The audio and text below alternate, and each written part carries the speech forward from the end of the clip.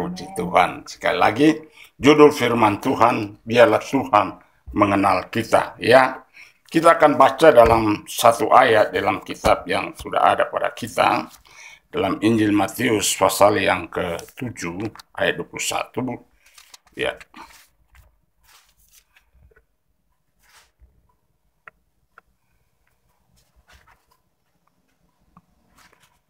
Puji Tuhan. Kitab Matius pasal yang ke-7 ayat yang ke-21 sampai dengan ayat yang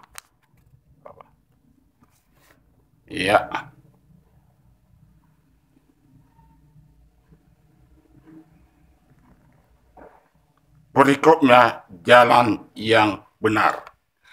Kita akan membaca ayat yang ke-21. Saya akan baca bersama-sama kita. Kita akan baca 3, 2, 1. Bukan setiap orang yang berseru kepadaku Tuhan, Tuhan akan masuk ke dalam kerajaan surga, melainkan dia yang melakukan kehendak Bapa-Ku di surga. Pada hari itu banyak orang akan berseru kepadaku, Tuhan, Tuhan, bukankah kami bernubuat demi namamu dan mengusir setan demi namamu dan mengadakan banyak mujizat demi namamu? Pada waktu itu aku akan berterus terang berkata, aku tidak pernah mengenal kamu, nyahlah daripadaku kamu sekalian pembuat kejahatan. Wow, luar biasa. Jadi firman Tuhan hari ini yaitu kita akan lebih memperkenalkan hidup kita kepada Tuhan. Karena rekop judul firman Tuhan, jalan orang benar. Dan dikatakan di sini bahwa tadi saya sudah sampaikan tema kita adalah biarlah Tuhan mengenal kita. Katakan Tuhan mengenal saya. Tuhan mengenal saya. Amin. Jadi kalau kita hidup di zaman akhir ini hanya berfokus kepada Tuhan mengenal kita, itu sebenarnya salah besar. Berfokus kepada kita mengenal Tuhan, itu salah besar. Karena banyak orang berkata bahwa biarlah kita mau kenal Tuhan. Padahal di sini firman Tuhan berkata, kalau kita benar-benar menjadi orang calon-calon masuk surga, maka saudara kasih oleh Tuhan, suka atau tidak suka, kita harus benar-benar dikenal oleh Tuhan. Ada amin? Kalau Tuhan mengenal kita, maka suatu saat nanti kita akan masuk dalam pengadilan Allah. Yesus akan berkata, diberkatilah engkau, terimalah kerajaan Allah yang telah aku sediakan sejak dunia ini dijadikan. Wow, luar biasa. Amin. Tuhan telah menyediakan tempat bagi kita sejak dunia ini belum dijadikan. Bayangkan saudara-saudara kasih Tuhan, karena begitu besar kasih Allah terhadap saudara dan saya, sehingga tempat di surga pun Tuhan telah sediakan sebelum saudara lahir. Sebelum dunia ini ada, itu tanpa sudah ada. Sehingga dia akan berkata, terimalah kerajaan Allah yang telah aku siapkan sejak dunia ini belum dijadikan. Karena apa? Mereka menerima, karena pada masa Tuhan ada di kolong langit ini, Yesus Kristus ada di kolong langit ini, saudara dan saya melakukan apa yang terbaik bagi Tuhan. Yaitu pertama, Tuhan katakan, pada waktu aku lapar, engkau berikan aku makan. Pada waktu aku telanjang, engkau berikan aku pakaian. Pada waktu aku dalam perjalanan, engkau berikan aku tumpangan. Pada waktu aku haus, engkau berikan aku minum. Pada waktu aku dalam penjara, engkau berikan aku, menjenguk aku. Jadi saudara-saudara yang dikasih oleh Tuhan, bagaimana caranya sampai hidup saudara dan saya yang menyebut namanya orang Kristen sudah bertahun-tahun, bahkan Kristen dari mama punya perut, ya sejak lahir kita sudah menjadi Kristen. Ada orang dia memuji Tuhan sejak dari lahir. Saudara-saudara kasih Tuhan memuji Tuhan. Tapi pada akhirnya Tuhan akan berkata, aku tidak kenal kamu, hai engkau pembuat kejahatan. Wow, ini akan terjadi suatu penyesalan yang besar. Ya, mereka akan berkata, akan protes sama Tuhan. Tuhan, bukankah kami mengajar demi namamu? Bukankah kami mengusir setan demi namamu? Bukankah kami menumpangkan tangan berdoa bagi orang sakit demi namamu? Bahkan kami bernubuat untuk menyampaikan firman Tuhan demi namamu. Tapi Tuhan menjawab ayat yang terakhir tadi berkata, enyahlah engkau hai pembuat kejahatan, aku tidak pernah mengenal engkau. Saudara-saudara yang dikasihi oleh Tuhan, jangan sampai perbuatan kita ini menjadi perbuatan yang sia-sia. Marilah kita sungguh-sungguh untuk hidup melakukan firman Tuhan. Amin. Jangan sampai Tuhan mencap kita.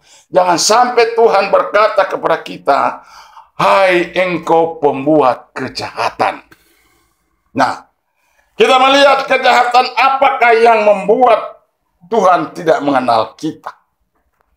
Saudara-saudara yang dikasihi oleh Tuhan, jelas firman Tuhan tadi sudah berkata, pada waktu aku lapar, engkau tidak memberikan aku makan. Itu suatu kejahatan. Kepedulian sama Tuhan, yaitu kita wujudkan kepada orang-orang yang butuh makan. Orang-orang yang butuh pertolongan. Orang-orang yang butuh uluran tangan. Orang-orang yang butuh perhatian. Orang-orang yang butuh belas kasihan. Dan semua yang ada pada kita itu berbentuk belas kasihan. Berbentuk uluran tangan. Berbentuk menyiapkan tempat. Berbentuk yaitu namanya yaitu menyediakan baju. Berbentuk namanya mengunjungi orang-orang sakit. Karena Yesus berkata, apa saja yang engkau perbuat, siapa saja yang engkau perbuat kepada hambaku yang terhina, itulah perbuatanmu kepadaku. Jadi kejahatan kita boleh yaitu, saudara-saudara kasih oleh Tuhan, di hadapan Tuhan adalah hanya sebenarnya perkara yang sepele. Persoalan yang sangat-sangat sepele. Bukan persoalan kita telah membangun gereja yang besar. Bukan persoalan kita telah memberikan dana untuk pembangunan. Itu sudah persoalan yang kecil. Tuhan tidak butuh tentang bangunan yang besar. Tuhan butuh adalah tempat, yaitu Dia mau bertakhta dalam hidup kita.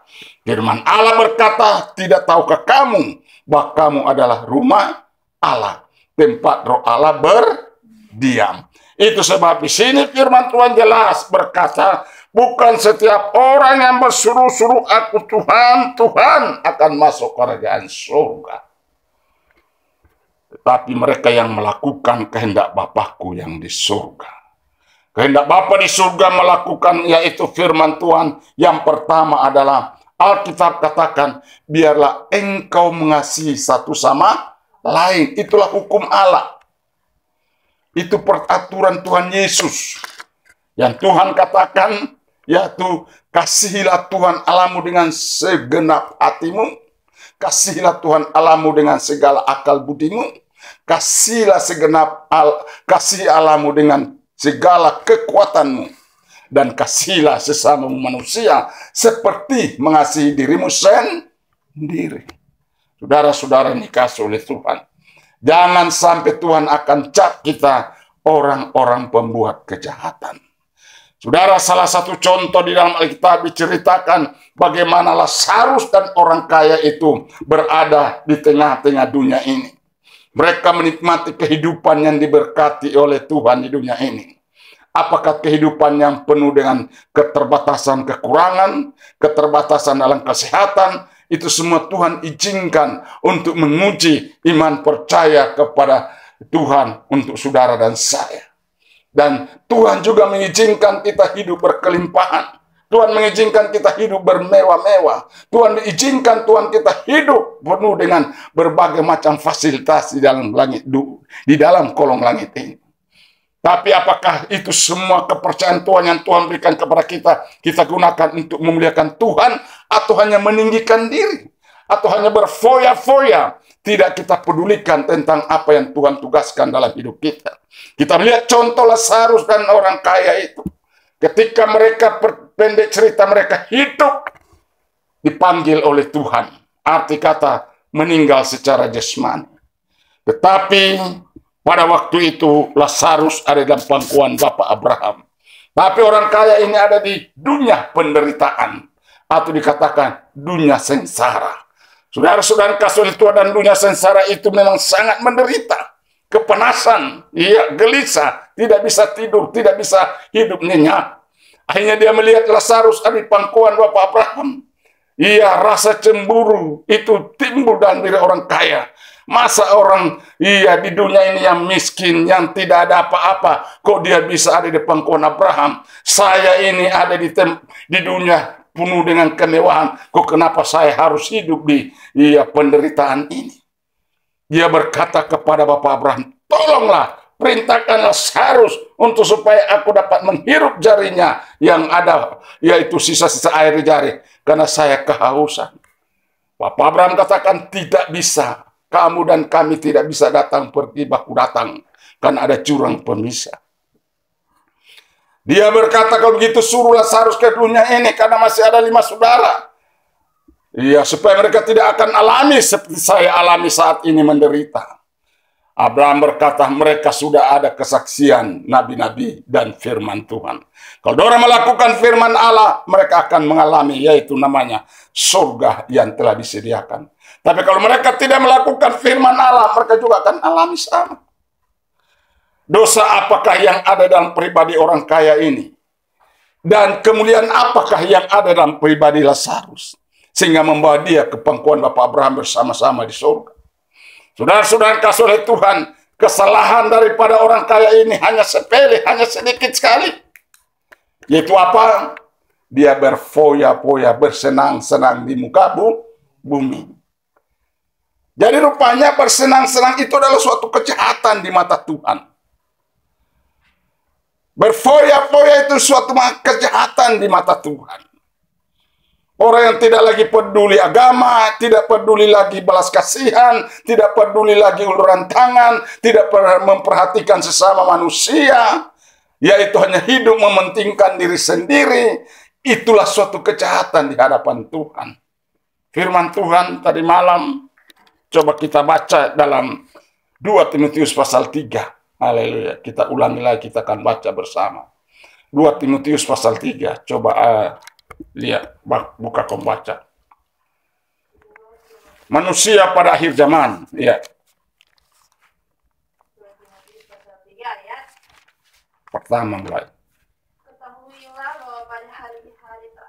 Ketahuilah pada hari-hari yang terakhir akan datang masa yang sukar. Manusia akan menyintai dirinya sendiri, menjadi hamba uang. Mereka akan membuang dan menyombongkan diri. Ya. Mereka akan menjadi pemfitnah. Ya. Mereka akan berontak terhadap orang tua. Ya. Tidak tahu berterima kasih. Ya. Tidak mempedulikan agama. Tidak tahu mengasihi. Tidak mau berdamai. Suka menjelekan orang. Tidak dapat mengutang diri, garang, tidak suka yang baik. Terus. Suka mengkhianat, tidak berpikir panjang, berlagak tahu, lebih menuruti hawa nafsu daripada menuruti Allah. Terus. Dari lahiriah mereka menjalankan ibadah mereka, tetapi pada hakikatnya mereka memungkiri kekuatannya. Ya. Jauhilah mereka itu. Jadi kita lihat bahwa inilah suatu kejahatan pada akhir zaman.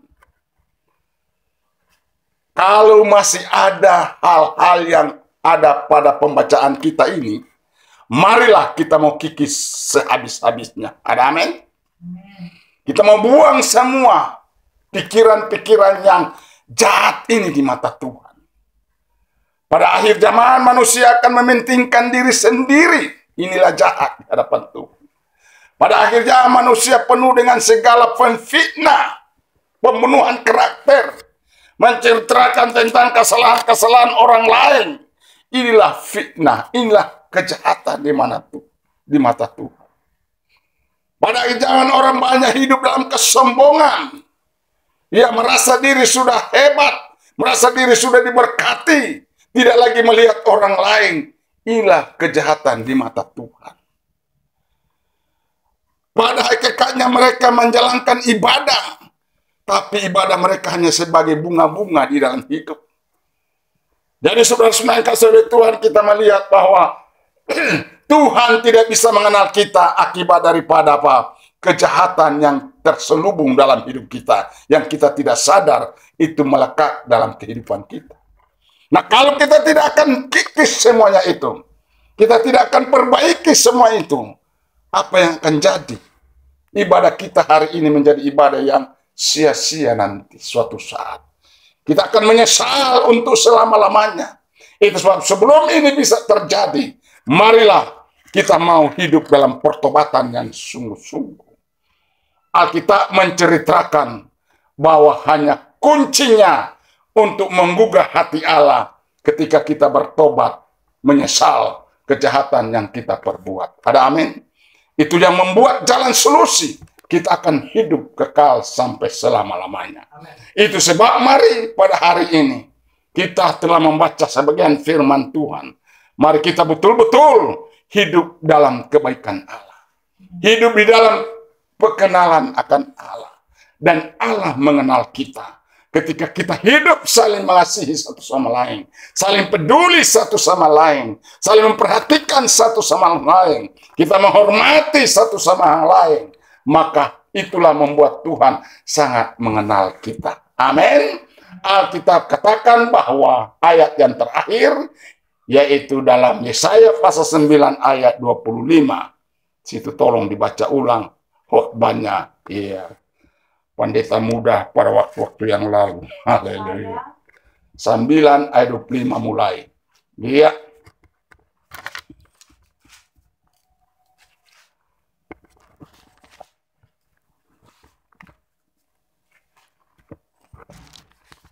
Yesaya 9 ayat 25. Yeremia pasal 9, sorry. Yeremia pasal 9 ayat 25. Lihat, waktunya akan datang, demikianlah firman Tuhan, bahwa aku menghukum orang-orang yang telah bersunat kulit katanya. Itu. Begitu. Pokoknya saya. Yeremia. Itu di mana? Nggak salah itu. Ayat berapa itu? 25. 23. Beginilah firman Tuhan, janganlah orang bijaksana bermegah karena kebijaksanaannya, janganlah orang kuat bermegah karena kekuatannya, janganlah orang kaya bermegah karena kekayaannya.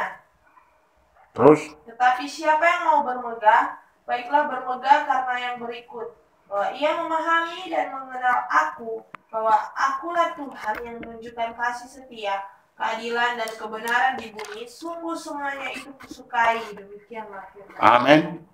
Jadi saudara-saudara kasih Tuhan, yang kita mau lakukan adalah sampai Tuhan mengenal kita. Amin. Kenapa Tuhan mengenal kita? Karena kita memahami dan mengenal Yesus Kristus sebagai Tuhan dan Juru Selamat. Bukan cuma dalam perkataan, tapi semua itu dilakukan dalam perbuatan. Sehari-hari hidup kita betul-betul menjadi teladan. Surat yang terbuka, garam menjadi yaitu terang di dalam hidup kita. Sehingga kita tidak akan dicap oleh Tuhan, aku tidak mengenal kamu. Kiranya firman Allah ini boleh menjadi suatu kekuatan yang baru dalam hidup kita. Kiranya Tuhan memberkati kita semua. Amin. Puji Tuhan, mari kita bangkit berdiri. Kita sana, bawa kemari.